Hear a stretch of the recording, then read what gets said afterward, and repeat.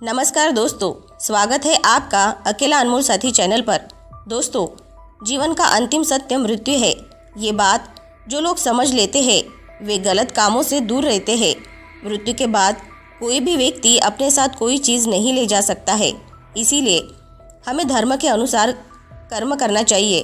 अगर आप जानना चाहते हैं कि हमें अपने कर्म कैसे करने चाहिए तो इस वीडियो के अंत तक बने रहे। तो चलिए जानते हैं एक लोक कथा के अनुसार। दोस्तों, महात्मा बुद्ध के समय की बात है।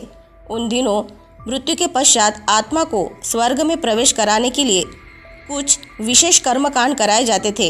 होता ये था कि एक घड़े में कुछ छोटे छोटे पत्थर डाल दिए जाते और पूजा हवन इत्यादि करने के बाद उस पर किसी धातु से चोट की जाती। अगर घड़ा फूट जाता और पत्थर निकल जाते तो उसे इस बात का संकेत समझा जाता कि आत्मा अपने पाप से मुक्त हो गई है और उसे स्वर्ग में स्थान मिल गया है। क्योंकि घड़ा मिट्टी का होता था, इसीलिए इस प्रक्रिया में हमेशा ही घड़ा फूट जाता और आत्मा स्वर्ग को प्राप्त हो जाती।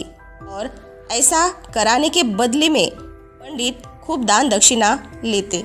अपने पिता की मृत्यु के बाद एक युवक ने सोचा, क्यों न आत्मा शुद्धि के लिए महात्मा बुद्ध की मदद ली जाए। वे अवश्य ही आत्मा को स्वर्ग दिलाने का कोई और बेहतर और निश्चित रास्ता जानते होंगे। इसी सोच के साथ वो महात्मा बुद्ध के समक्ष पहुंचा।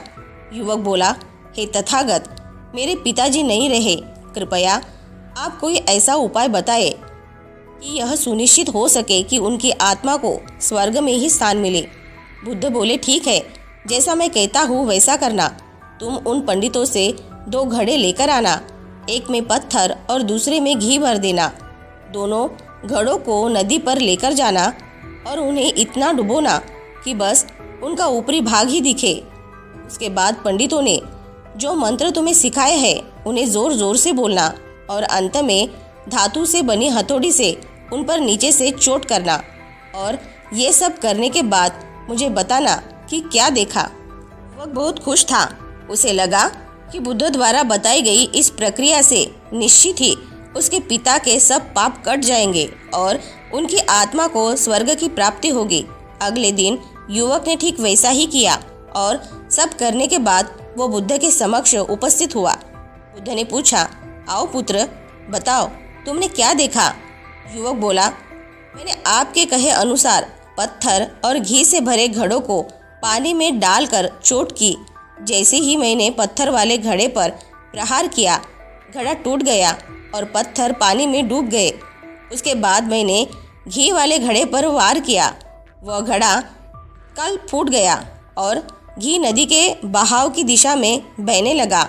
बुद्ध बोले, ठीक है, अब जाओ और उन पंडितों से कहो कि कोई ऐसी पूजा यज्ञ इत्यादि करे कि वे पत्थर पानी के ऊपर तैरने लगे और घी नदी की सतह पर जाकर बैठ जाए। युवक हैरान होते हुए बोला, आप कैसी बात करते हैं? पंडित चाहे कितनी भी पूजा कर ले, पत्थर कभी पानी पे नहीं तैर सकता और घी कभी नदी की सतह पर जाकर नहीं बैठ सकता। बुद्ध बोले, बिल्कुल सही, और ठीक ऐसा ही तुम्हारे पिताजी के साथ है। उन्होंने अपने जीवन में जो भी अच्छे कर्म किए हैं वो उन्हें स्वर्ग की तरफ उठाएंगे और जो भी बुरे कर्म किए हैं वे उन्हें नर्क की ओर खींचेंगे। और तुम चाहे जितनी भी पूजा कर लो, कर्मकांड करा लो, तुम उनके कर्मफल को रत्ती भर भी नहीं बदल सकते।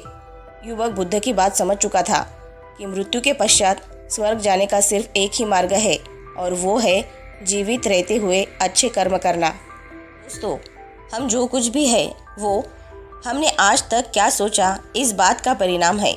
यदि कोई व्यक्ति बुरी सोच के साथ बोलता या काम करता है तो उसे कष्ट ही मिलता है।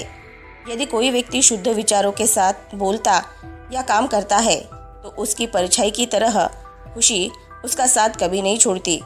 अगर आपको भी अपने जीवन में खुशियाँ चाहिए तो जीवन में हमेशा अच्छे कर्म करते रहो, तभी खुशियाँ आपके साथ हमेशा रहेगी। तो दोस्तों, आज की ये शिक्षाप्रद कहानी आपको पसंद आई होगी तो नीचे कमेंट बॉक्स में कमेंट करके हमें ज़रूर बताएं और इस कहानी को अपने दोस्तों और परिवारजनों के साथ शेयर करना न भूलें। साथ ही हमारे अकेला अनमोल साथी चैनल को सब्सक्राइब ज़रूर से कर ले और ऐसे ही मोटिवेटेड वीडियो को देखने के लिए हमारे साथ जुड़े रहे। और हाँ, अपना ख्याल ज़रूर से रखें। मिलते हैं नेक्स्ट वीडियो में। धन्यवाद।